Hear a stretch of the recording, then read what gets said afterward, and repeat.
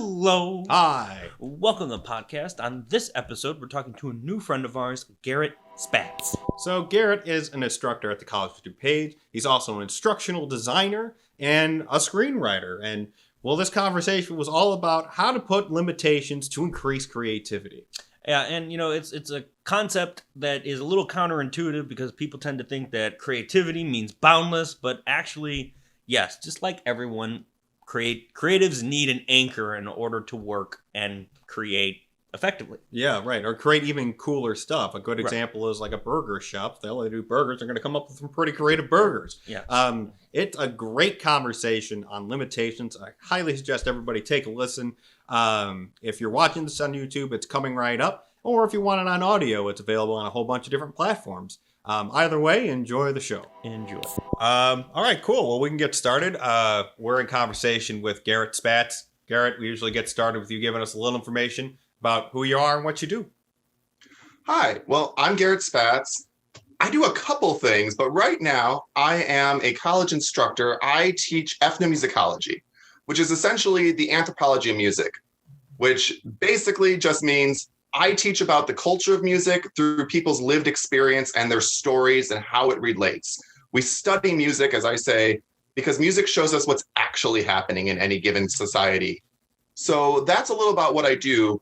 I'm also, because as you can tell, story came up a lot, a screenwriter that's working on building my own stories and taking that in a different direction, because everything I sort of do has always gone along stories.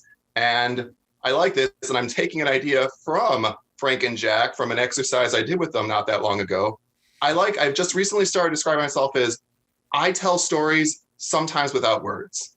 So that's a little about what I do. Excellent.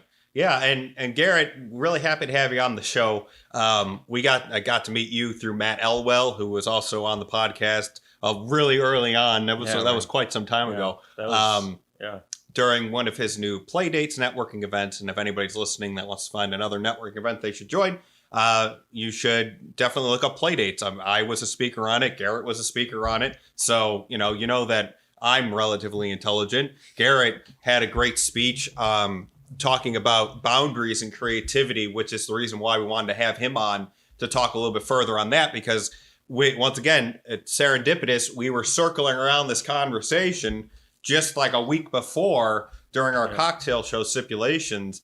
And we're having a devil of a time coming up with cocktail names. And it was so weird because we started talking. It was like, well, why is it that on certain days, like if it's surrounding a holiday or a certain specific type of a month or whatever, any type of event that's going on, it's so easy to come up with cocktail names. But then when it comes down to, we have this boundless, there's no restrictions on us. We can come up with any cocktail name. Doesn't matter what it is. It can be in reference to anything that we want, that it then becomes impossible. So much so that actually this week, which the episode's coming out today. It's coming out today, but that's going to be like a week and a half ago when this podcast comes out. Not today for you, the audience. Right. Today for us, literally. This is the magic of TV. Or radio in this case. The magic of TV, radio, and podcasts. But we were struggling because we had obviously you have St. Patrick's Day in March, and you have the Ides of March and Jack's birthday's in March, spring. Sometime Easter, but not this year. Yeah, and then we found out that it was we had to look up to find some sort of boundaries because we were stuck. March is National Celery Month. So if you're confused by I don't know if that's official. Every month is something. But something it is arbitrary. National Celery Month. So the two cocktail names are based off of that. Celery. But what I really love for you to do right now, Garrett, is kind of give a little bit of context of whatever the hell I was just rambling about. Because the way that you described it, especially with that restaurant Noma that's out in Sweden? Copenhagen. The Nordic world, yeah. The Nordic world, and how they are now revered as one of the best restaurants in the world, but they do nothing like any of those other best restaurants in the world that were considered, in France and in Italy and all these other places that you more essentially associate exquisite cuisine with. Rather than in Copenhagen with the Nordic, when things aren't always in season. But I'll let you go ahead and tell that story. Of course. Dive into it. So it may seem odd that food comes up as a big part of this, but it was a large part of my talk because right after I graduated from my master's program, I was real burnt out and needed a moment. So what did I do? I started researching because that's what I do as a researcher. And I got really into food. And as I got into this, eventually I became aware of this restaurant, Noma, that's out in Copenhagen, run by Renee Redzepi. And what was so unique about it was they were extremely limited, not just in limits that existed for them to begin with, because for most of high-end dining, you see France is the world that runs it. And there's a whole thing that goes into that, partially because of the French Revolution, actually, because when the French Revolution came, all these chefs that worked for the aristocracy had to find a place to work outside of that and started selling their services. So because of that, we have this history of fine-end dining being in France. Then it moves to Italy. Then we can start seeing some like interesting modernist stuff out of Spain. Nordic countries were nowhere on the scene ever. And here's this guy opening a little restaurant in a warehouse on a river in Copenhagen. And so he couldn't be taken seriously in that manner. But he didn't just have those limitations put on him. He ends up putting on a series of other limitations on himself. He decides, I'm only going to cook with stuff close by Copenhagen, which means all those high-end traditional ingredients like foie gras, truffles, lemons even, olive oil, it's out because it does not come from the area in Copenhagen. Doesn't sound great as soon as you start. Then he decides he's also, by only doing seasonal, it's an area with winter for a significant portion of the year, which means he doesn't even have fresh ingredients growing for a good chunk of the year. But what he did was he decided to take what he had and work with it. And he has this phrase that he said that just really resonated with me on a very deep level at this time. Because if you can tell, if I'm spending all this time researching cookbooks and it's not what I'm doing, clearly I'm procrastinating a bit and not focused as much. He said, when you play in a smaller sandbox, you're forced to be more creative. Playing in a smaller sandbox forces you to be more creative. And what I love about this is the idea of play, which has a willingness to make mistakes and have problems, and also the limitations of that small sandbox. For him, that sandbox was the little bit of ingredients they have, time, and the ability that the Nordic countries have of a history of fermenting things. And through this process, he creates a lab. Then he tests out all these different styles of fermenting things. Some of it is absolutely disgusting, as he says, but some of it's amazing. And it becomes the entire foundation of how he develops flavors in his restaurant, which makes it end up winning the world's best restaurant list on Restaurant Magazine 3 years in a row, and it comes back several times afterwards. But beyond that, now fermentation is the new it thing. People have moved away from those high-end ingredients and more into specific local and especially fermented local things that you can only get at that one place. And you all did it because of putting limits on himself. Right. Combination of what limits were there and self-imposed limits. Yeah. And that's the key. And that was kind of the aha moment, folks, where I was like, when Garrett was talking about these limits, I love the sandbox and forced to be more creative. It was a lot like when you would read a book and you'd see something, you'd read something and you're like, oh, I inherently knew that, but I didn't have the words for it. And somebody just clarified it, right? Somebody just like took some Windex to a window and mucked up it. Yeah, mucked it up. They made it even totally, harder to see. Totally made it unseeable. I can't see through it at all. Thanks for your kind words. Yeah, right. No, like it to clean it up so that you could actually see through it. And like I said, with the little story that we had with stipulations, but it goes on. We could talk about from a brand standpoint, all the way to a creative standpoint, how important it is to know, put those limitations on yourself, because you could really, really start to go crazy off the rails, and coming up with stuff that just right. One of the stories that I think we talked about before going on the podcast was about one of my mentors, Jacob Kruger, when he first got his first screenwriting, when he got his first script made or bought. And then he moved to LA for 3 months, and he went up to his mentor and he said, I'm a total hack. I have nothing creative left to say. And one of the reasons why was because before that, he had a day job that he hated, that he went to. And then every time he had 2 minutes off of that job or a little bit of pocket of free time here, he went to write because that's what he wanted to do. But now when it was the only thing he could do was write, he had 3 million ideas going on, and he's like, none of these are as good as the one that got sold. And so what he said, what the mentor told him was, you just got to pick one and go with it. And I think that's essentially limiting yourself. It's like, all right, I have to pick one and I have to make this one work. And that's essentially putting a limit on yourself. But also, you know, well, it's a limitation on time too. That Yeah, you, right. You know, so there's a double-edged sword there where it's not even just a limitation on the creative thing that you're trying to create, but giving yourself only a pocket of time to do it, right? Yeah. And we were talking a little bit more about that too with Garrett, because it was, you know, you have this limited if you say you have a whole day to write, you know, whatever, and you feel like you should have been writing every second of that day, because you had the whole day. Yeah. You're going to be really disappointed with what you come up with. Right. Well, I mean, you'll be even if you wrote the whole day and you came up with, if you finished the thing, like the whole day you wrote every second of the day, didn't need anything to drink or eat or didn't need a break, and you wrote the whole thing, you'd still be like, oh, I didn't do enough that day. Because I should have finished the whole series. That's what I should have done. Yeah, it's really easy to fall into that trap. And I know I did that. We talked about one of my mentors when I was in high school, because I have that music background, was an instructor, this guy, Mr. Fako, just a phenomenal person. And he told me often, he's like, well, Garrett, if you want something done, give it to a busy person. And I didn't get that fully at the time, but it became more obvious when I had lots of time after I graduated. I'm like, I have all day to write this project. It's going to be amazing. And then it's 11:30 at night and I'm like, I've done nothing. So there is something about having that, even if I made it as simple as like, this hour I'm stopping.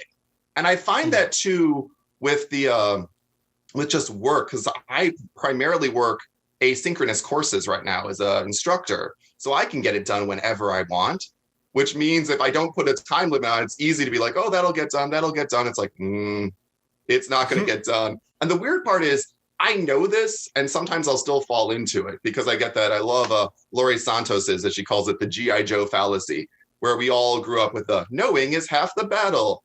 And you realize it's not doing, it's most of the battle, getting it done. You can know and not do well.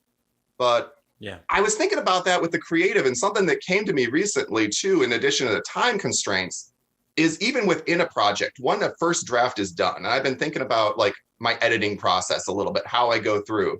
One of the things that helped me the most was I read this from Roy Peter Clark, focused primarily on journalism writing, but a great writing coach. And he's like, the first thing to do is go through, read that, and figure out, what is this story really about? And it's funny, that's a limit again too, because like even in first drafts, I'll find that like I go on tangents and whatnot. But if it's not what it's really about, maybe that's something that doesn't need to be in there. And the tighter it gets, the more creative I can play and build on what was really good and what it really is about, versus just, you know, hoping that, well, hopefully that's good. Yeah, right.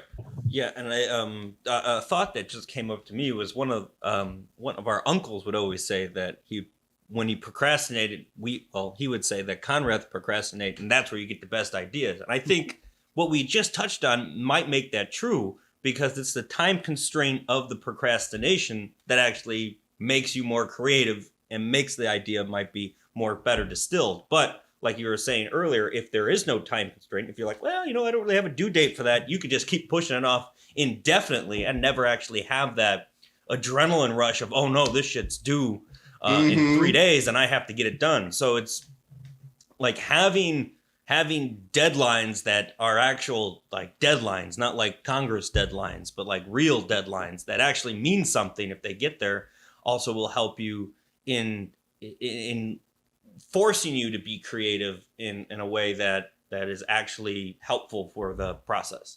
Oh yeah, for sure. I totally agree with that. And I am definitely, I call it a recovering adrenaline junkie, because I, for years, lived off of like, I must need someone else giving me a hard deadline. And then I'll wait till the last minute and I'm like, I'm so stressed, but I'm alive, getting the project done at the end.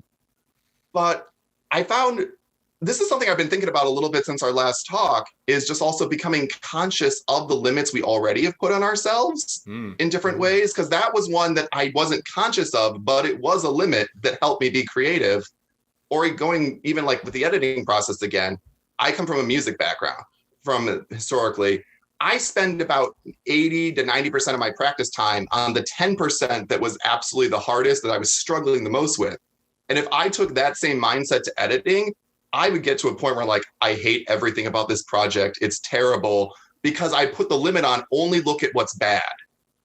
But if I switched it to being like the limit of like, okay, what's already good in this project and how can I make that better? I found it be such a more productive way. So it's not, like, sometimes we have limits, but if we're not conscious of what they are, we can easily be taken over by them in a weird way like that.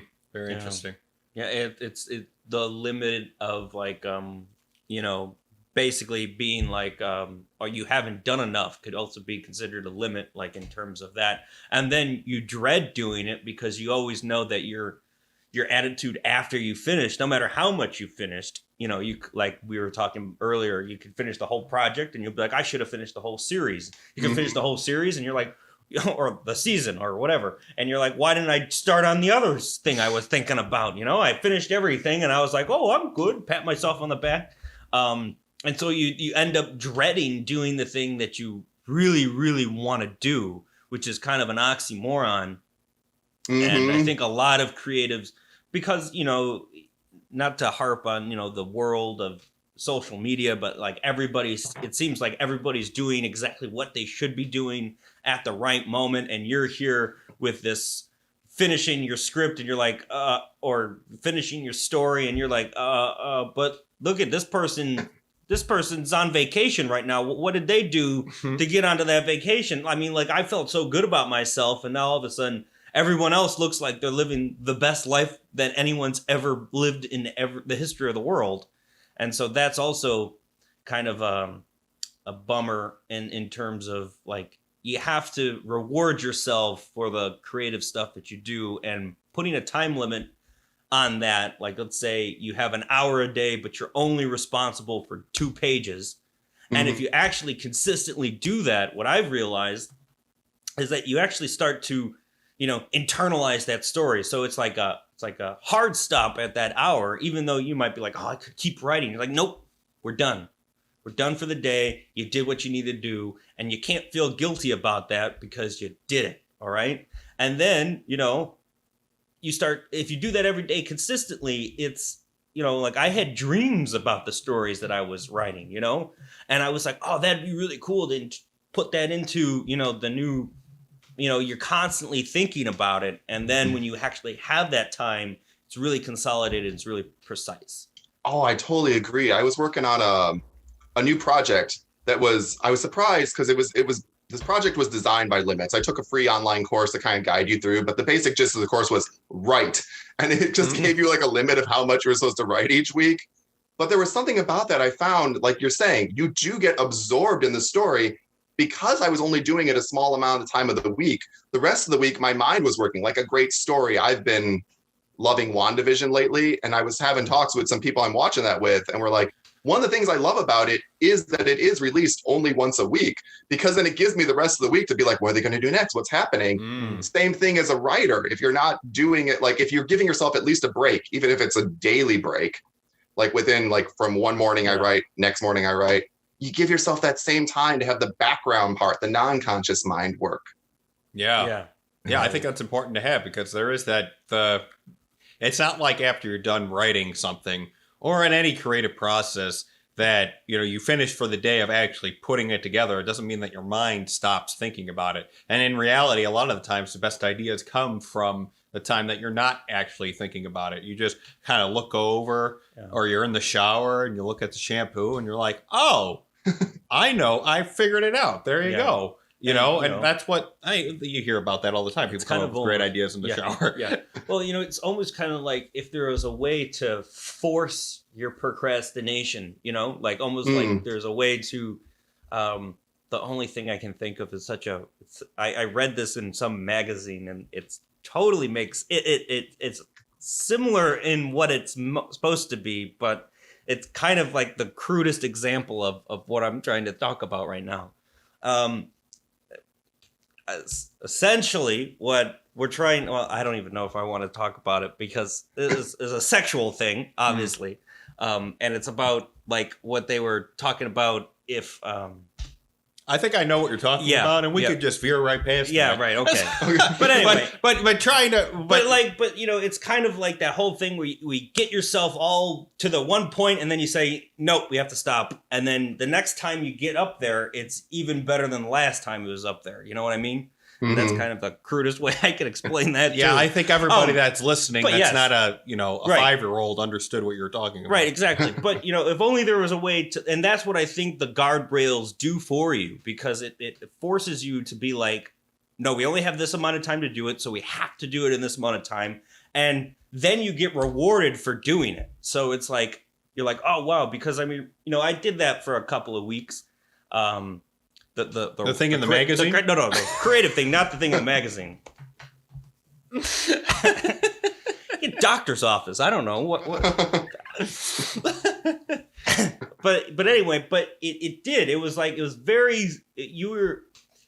There was something super like just satisfying by just setting aside that hour and writing those 2 pages. And it's something so simple, and yet it's very easy to get pulled off of that track. It's very easy. Like within, you know, one you wake up on the wrong side of the bed and you're like, oh, I shouldn't. That's all right. I'll take a break today, you know? And then all of a sudden 7 months go by and you're like, yo, man, I haven't written in 7 months, but I've been thinking about it, you know? So it's like the forced procrastination is like kind of essentially where I think if there is a way to do that, I feel like putting those guardrails up on time specifically, you know, and maybe even, you know, get a job that you hate so much that takes up a lot of your time. And then all those little moments where you're like, you know what? I have to write today because I only had an hour. And you know what? I'm probably only going to get 3 hours this week to write. So I have to take this time right now. You know, it's actually beneficial. Oh, yeah. And there's even something to starting. Frank said this thing when we were on one of our previous talks where he mentioned that, like, because you swim quite a bit, that sometimes the hardest part is getting in the water. Yeah. And sometimes for me, those days when I just don't want to do anything, and honestly, you can't be creative if you're not creating, I will literally just set a timer for 5 minutes.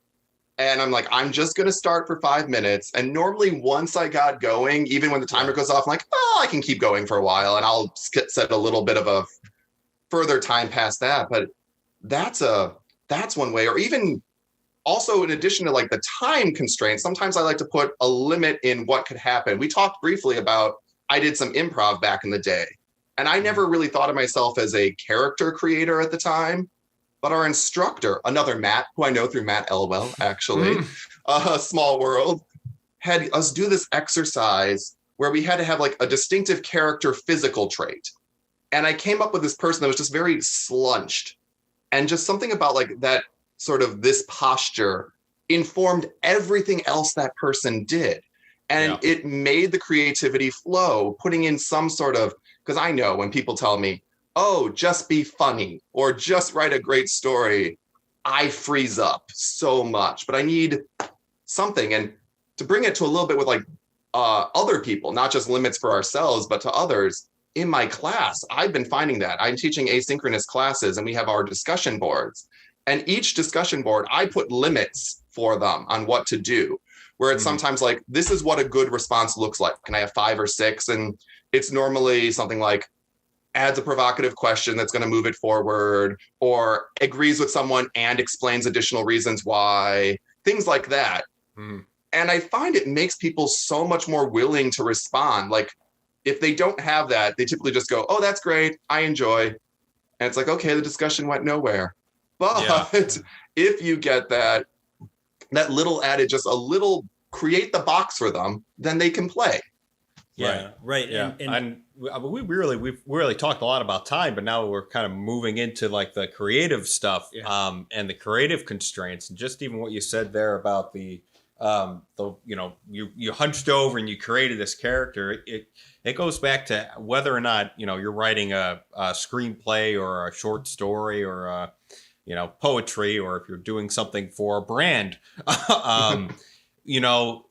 Having something to then kind of anchor, right? Anchor this, something that like as something as simple as you're slouched over, then all of a sudden you start to come up with, well, why is he slouched over? Yeah, why am I walking like this? What's how do I interact with people? Am I in pain right now, or is it more of a physical deformity that doesn't really bother me all that much? And then all the creative is linked to something, so it's not just funny to be funny, because then you get like weird court gestures, that no one really found funny. I think it was just the fact that they made someone wear that stupid hat and do that stuff was funny, but nothing that person did was funny.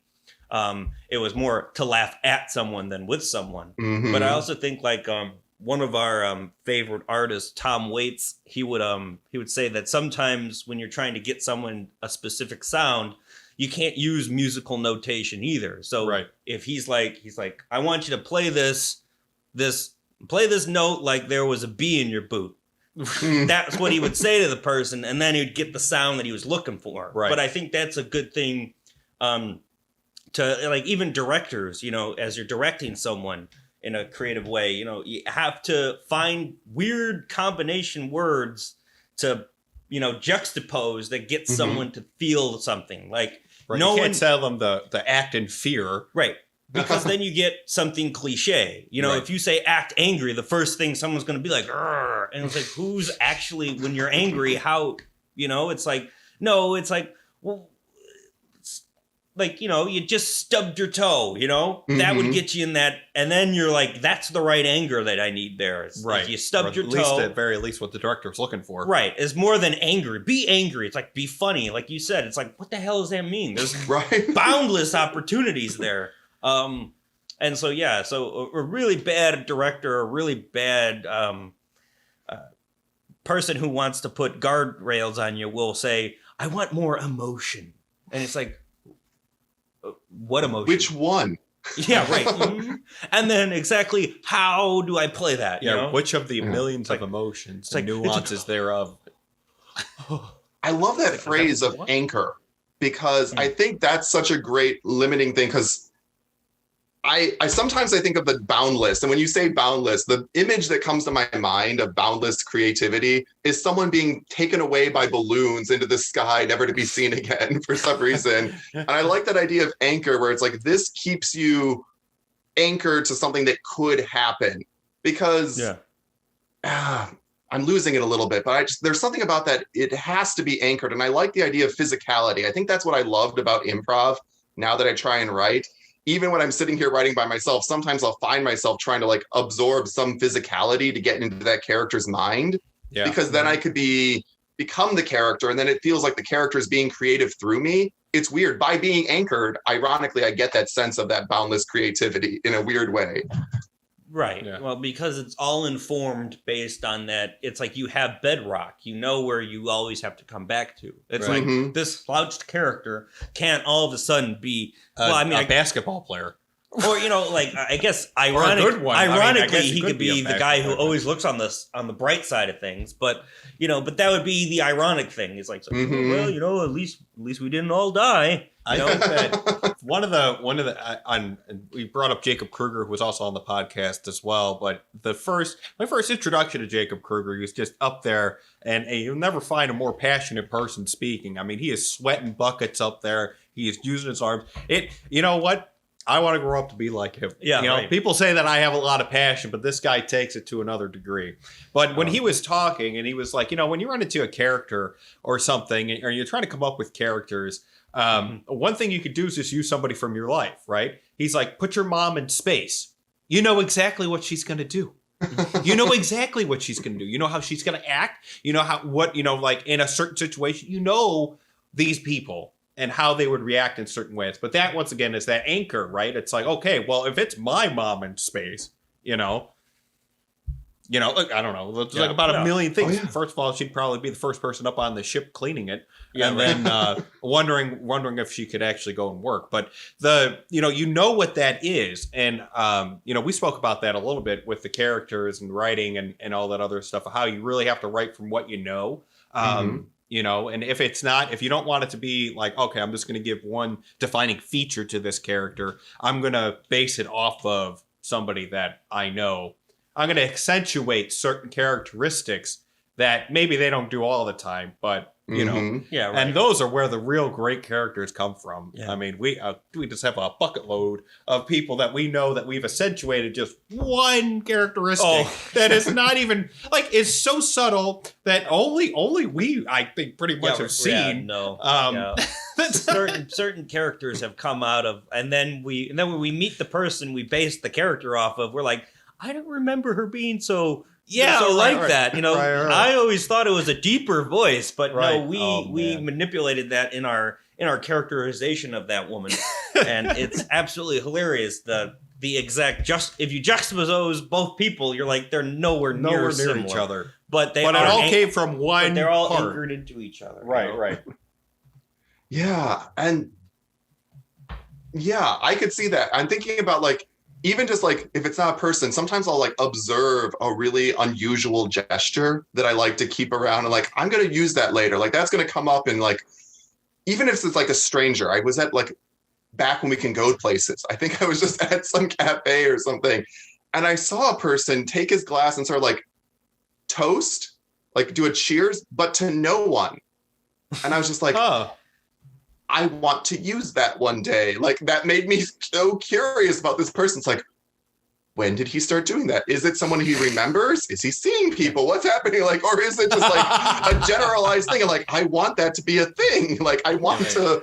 Well, and there's that anchor. Like, it's just this little details. I love getting focused in on details and because I mean, again, if you have a small detail you can focus on, that is that anchor. It makes the sandbox a little smaller again to play with. Yeah. Oh, I love that. I love the cheers to nobody. Yeah. That's great. You could go on a million different angles as to who he's cheering. I love that does he see people? Yeah, right. Yeah. Maybe he does. Or maybe he was just predicting that one day we would all have to be cheersing ourselves. Oh, look at this that's guy. Possible too. Yeah, and that's what I love about, like, I think I've always had this fear that if I put too many limits on myself, I'd end up doing the same thing every time. But every time I do this, when I put limits on myself or put them on my students, I fear like if I give them these limits, like these are the 4 types of responses you can do, it's going to end up being a very stifled discussion. But it every time is more engaged because people know what the rules of the game are. So then they can actually play the game. And it's kind of like we talked a little about Instagram, how I was reading BJ Fogg's book, Tiny Habits, and he talks about Instagram. And it's like, when it first came out, what an unbelievably limited thing. You could do like 3 things: take a picture, add a filter, post it with a caption. Yeah. But it blew up. That became much more popular than almost any other social media at the time. Like it's still one of the more popular ones. Well, I don't know about that. I don't do as much social media. So... But the older you get, the harder it is to keep up. Yeah, right. But and I love how you brought that up, because that was definitely one of the things we wanted to touch on, because that kind of takes us a little bit into the business brand world. And as you know, we've mentioned it plenty of times in the podcast. We have an MVP, a minimal viable product, for an app that's in production right now. And the first time that I came up with this flow chart, it was for a full blown app. I mean, it did everything, right? It could file your taxes and walk your dog. But you have all this stuff, and you're like, this is where I want it to end up, right? Mm-hmm. But you're never going to be able to understand how people are going to use something unless you start with something really simple, just a stupid, simple function, something that could benefit somebody, see how they use it. And then, to your point, like Instagram then expanded out, and of course now they're chasing TikTok, which is, the way of the world, right? They're chasing TikTok with Reels and all this other stuff, but they didn't know that, having the video aspect of it was going to be so crucial. Maybe they had a hunch, but they didn't know, and they let the audience come back and tell them what they were looking for, rather than imposing that out there. But even to the point of from the people that created Instagram, having those limitations, being like, we're going to make one thing that does this and this. That's it. Well, that's what we're doing. It's just like, if you go to a restaurant that, is it only does hamburgers or like cheeseburgers and stuff like that, you're going to get a pretty good cheeseburger. Oh, you're going to get a great cheeseburger. But if you go to a restaurant that has cheeseburgers, tacos, sushi, chicken, Indian food, you might not get the best of anything there. Right. You're probably going to get some subpar sushi. Let me tell you, I would stay away from the sushi. Yeah, I'd stay away from it too, unless it comes out deep fried. Yeah, right. Well, And I was thinking too, if you have a restaurant that just does burgers, you're probably going to get some pretty interesting burgers because they have that anchor, Yeah. It's not going to be there you go. Yeah, right. Exactly. Take it from the creativity spot. Right. We like to. What's this? The Bluebird or Blue? Yeah, it's Bluebird or something. It's in. Whoa, jeez. I think it's Lincoln Park. Yeah, I'm pretty sure it's Lincoln Park. Recommended to us by Mario Vallejo. Oh, yeah. Episode blah blah blah. Yeah, right. But that place was really good, and it just had a bunch of burgers on it. Like you just have like 8 burgers, and it's a fried chicken too. And fried chicken burgers. Well, that's my jam. So, but it was basically just good sandwich. A good sandwich basically is what they provide you, and the fries are delicious. Yeah, the burger is so good, like you almost want to eat it slow. Mm-hmm. But then you end up finishing it fast. Yeah, what I like what you said, Garrett, because it's like, yeah, if you have the all they do is burgers, or all they do is kind of burgers and fried chicken, which I think it's on the same realm. Yeah. Right. If that's all you're doing, then you're going to get some pretty interesting stuff, and there are some pretty interesting burgers on that thing, right? You're not just going to get like, it's a classic cheeseburger, and then we do one that's a Texas burger, which everybody has, with a sunny side of egg on it. Yeah. Or over easy egg, whichever one that is. But and then you're like, oh, okay, well, thanks, Cheesecake Factory. And I will pick on Cheesecake Factory. Right, they have Cheesecake Factory. They have no bounds on their creativity there. What is that place? Like, seriously. Isn't the menu as long as War and Peace, basically? Yeah, essentially. I mean, you go there and you're just like, wow, I could literally order anything that my mind could come up with. Good cheesecake, right? So they come up with a lot of creative cheesecake. They are called the Cheesecake Factory. But that's where you should really play. Is if you're the Cheesecake Factory, it should be in your cheesecake. It should not be in your 27 burger options. But that's a great segue into what boundless creativity looks like. And I know that, and I'm going to mention my girlfriend Vicky on the podcast, because very often we'll go to a restaurant and I'll be like, this place has no idea what it is. It's got no idea what it is. Like, the decor looks all crazy. The food's doing one thing. Like the wait staff is wearing a suit and tie, but everybody inside is wearing jeans. Like, they don't know what they are. They're all over the place. But that's boundless creativity. That's like, I saw something from here that I like. I tried this dish over here and I like that. I put that on my menu. And then all of a sudden you have 50 items on a menu for this, 12 table restaurant. With people wearing suits and ties when you're cooking soul food. Frank, it's eclectic. Yeah, right. Well, it's not very eclectic. But but that's when you end up having boundless creativity, you end up getting this whole bunch of garbage. Or as Jack likes to say, art for art's sake, right? Yeah. Where the only person that got anything out of it was the creative that was able to just kind of use his cat video idea. Yeah, right. In a commercial, or come up with, he painted the walls deep purple because he's always wanted, he loves that color, right? Right. If you ever go up to an artist for, let's say, a painting, let's say you wanted me to make you a painting, and I can't draw anything. I can only do color splashes like that. But if you say, do whatever you want, just do whatever, I'm going to do whatever I want. You're not going to, and if you don't like it, well, then tough. You didn't tell me. But if you say, hey, I want it to look like, I want a color like this, I want the texture to kind of be like this, and then go. And then maybe, instead of making it lines like that, could you do circles or something? I'll be like, all right, I'll try it, But at least then you give me something to do something that you're going to like, Mm-hmm. And that's essentially, I mean, we all hate, as creatives, we hate limitations, but we also need them. Otherwise, we're not going to create anything worth a damn. Right. And then, as creatives, to some extent, we need an audience. I mean, we need an audience. I was thinking about when you said about like the restaurant that does everything. I can say from personal experience, I love Restaurant Week. It's a thing I get my friends, will go places. And one of my friends was telling me how she loves Restaurant Week too, not for the same reason as me, but because she's like, I don't like to try new restaurants because I'll get there and if the menu's too big, I don't know what to order. And then I'm worried I'm going to make a mistake. But she's like, the Restaurant Week menu is always like very limited. They've picked out what they think are their couple best things. And she's like, okay, I'll get this and it'll be good. And it's just like that. It makes it easier to get in because so that's a simple things. That's what everything, what was that, Leonardo da Vinci? I was going to say DiCaprio. No, not DiCaprio. I think it was Leonardo da Vinci. I have done that in my music appreciation class by accident. We were talking about Leonardo da Vinci and I actually said, just as Leonardo DiCaprio. So I'm like, what did I just say? I'm sorry, guys. I think it's Leonardo da Vinci, but he said, simplicity is the ultimate form of sophistication. Yeah, there you go. Yeah.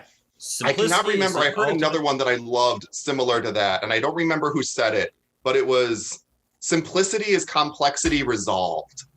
And there's something about that I also love, like those two, because there is something, and I don't even know if this is a real story, but it's a story my friends tell ourselves, that I think it was Leonardo da Vinci too said, like when they're like, if you asked them how to paint to show that you could paint, he would just paint a perfect circle. And there's something about that I know myself as a creative, I get this idea that I need to be more and more like complex to be interesting. But there is something, I watched this lesson with David Mamet once where he commented, keep your plots, keep everything really simple. Because if it's simple, the audience is predicting what's going to happen next. And then you can trick them. If it's overly complicated, they don't know what's going to come, so they can never be tricked. And I was like, I love that. Yeah.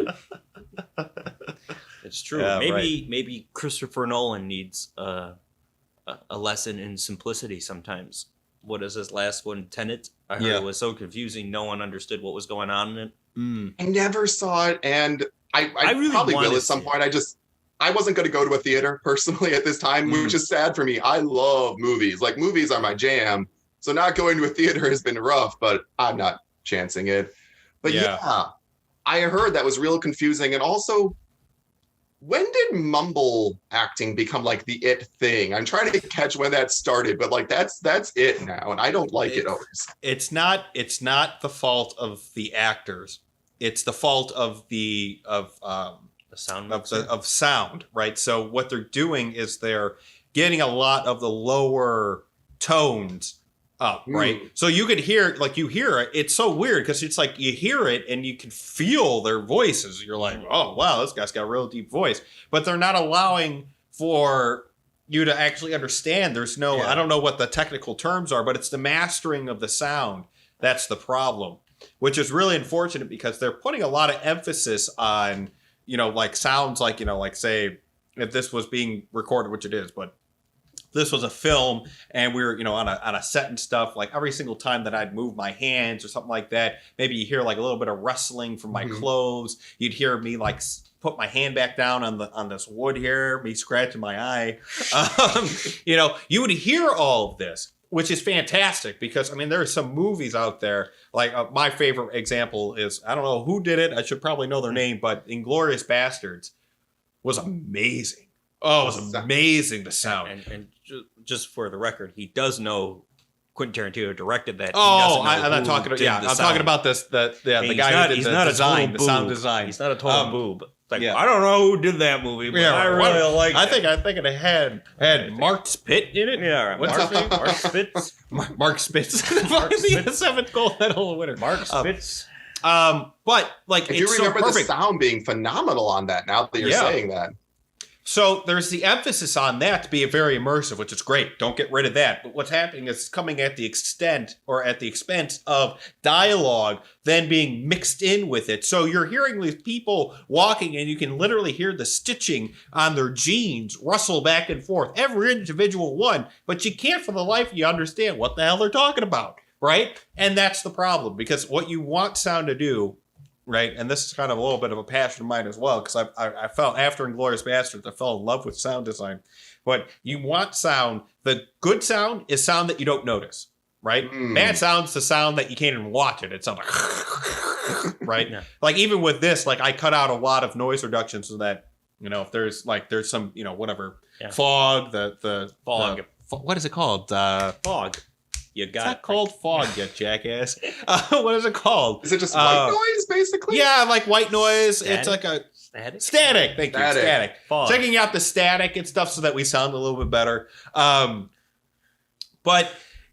so that could be considered bad sound, right? So bad sound's unwatchable. You can't even watch it. It sounds so terrible. Good sound is when you don't notice it. Phenomenal sound is when you start to notice, like in Glorious Bastards. And then what people are making the mistake of is when they think they have phenomenal sound, which they do, then it interrupts the dialogue so much that you can't get into the story, which you've heard from Christopher Nolan. Definitely, not Jack hasn't called him, talked to him about it. Like I was like, he heard from Christopher Nolan, but people are complaining about Christopher Nolan's sound because it's so emphasis on the environmental and not enough on the clarity of what the dialogue's actually said, which might contribute to the fact that Tenet was so difficult to follow because nobody knew what anybody was talking about. Yeah. Well, also, I think it was like there was a lot of exposition in that movie, and none of it made sense. Or it was just, it's just one of those things when you attack such a really hard. Well, it's weird because you talk about maybe he needs a lesson in how to make something simple, and yet his previous movie Dunkirk probably was the most simple movie I've ever watched in my life. So it was very, very simple goal. Very simple, But so yeah, that's the other thing, Yeah. Yeah, and there's just, I guess too is also becoming, like we talked about, being aware of our limits. Different projects and different things are going to have different limits. It's like, what is and even in the same project, like I'm doing some cleanup editing, and for me right now, the limit of that read through is, are there typos? Are there mistakes? And that's a whole different thing that, like, does this story make sense? Will people get what I'm trying to tell them? Which each are their own thing too. And I guess it's me getting really, really clear on what it is I need to do. Cause I know for me, I need to have it limited. Otherwise I won't. Cause like we said, you can't be creative without creating. And it's so easy to get overwhelmed by the task to not do any of it. Yeah, right. Yeah, no, absolutely. Yeah, I mean, and we've really done a good job of fleshing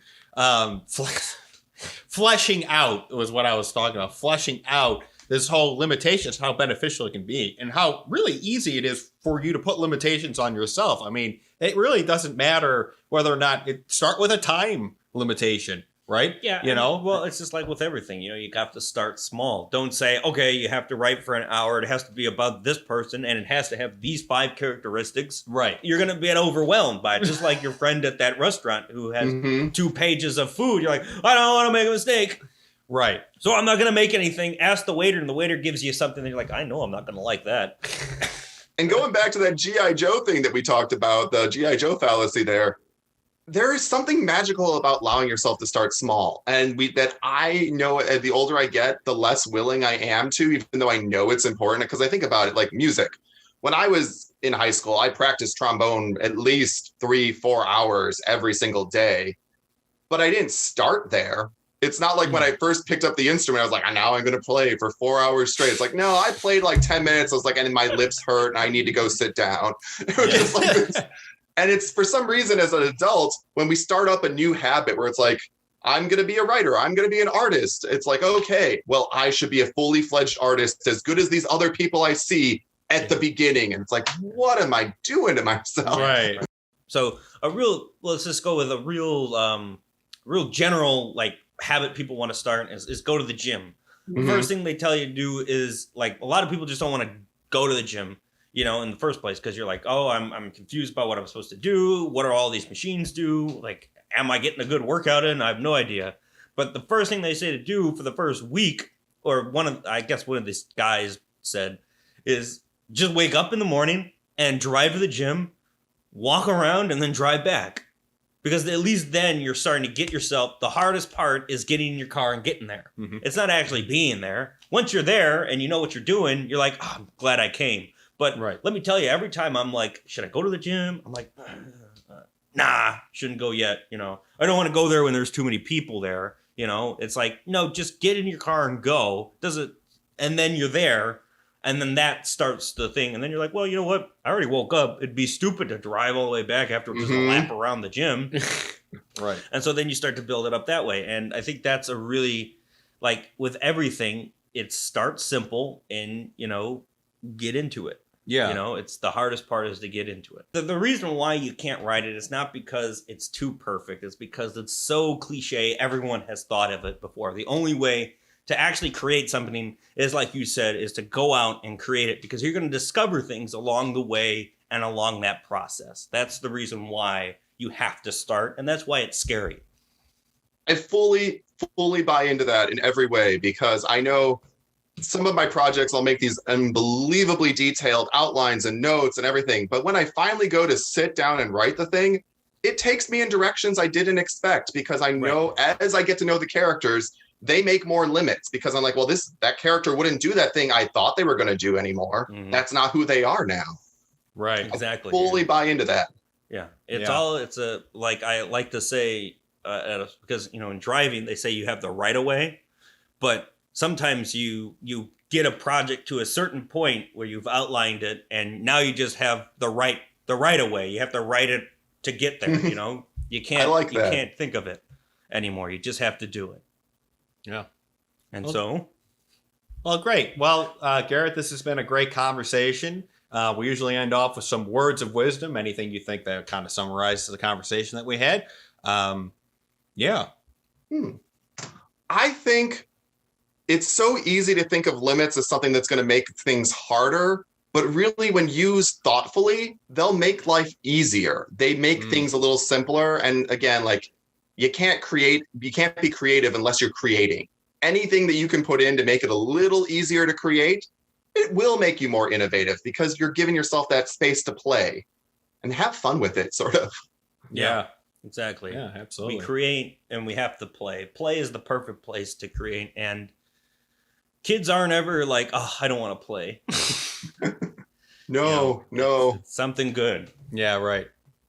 Yeah. There was this. Oh, sorry. Go ahead. No, go ahead. There's a metaphor by this guy who writes about play and the necessity for it throughout life. And he talks about, I think it's a sea slug, but I may be wrong. When it's a juvenile, it swims around and it moves. And then when it forms an adult, it attaches itself to a rock and literally eats its own brain. It's like, this is what happens to us if we stop playing to some extent. We need to play. We need to be innovative. And that's where we find our innovation, and we grow the most sometimes in play. Yeah. Great. Well, this has been a great conversation on limitations. I hope that, our audience gets something out of it, to be able to start putting some limitations on themselves to become more creative, which once again, doesn't sound like it would make a lot of sense, but I hope throughout this conversation, we prove that it does make a lot of sense. Garrett, thank you so much for being on with us today. Thanks so much for having me. Hope you have a good one. Well, that was a great conversation on limitations. I mean, it's amazing how when you start to put yourself in a sandbox, you can actually start to create stuff that's really, really interesting. Right. And, it's also important to note that this is not just for creatives. This can also be used for business owners, restaurateurs, a whole bunch of people, even teachers. Everybody can use some limitations to help them figure out a problem that they would not have able to figure out if they had such a wide lens. Exactly. Other great conversation that we've had, you can find them here to the left of me. And a new episode of Stipulations is coming out this Friday. Check it out. Thanks for watching, guys.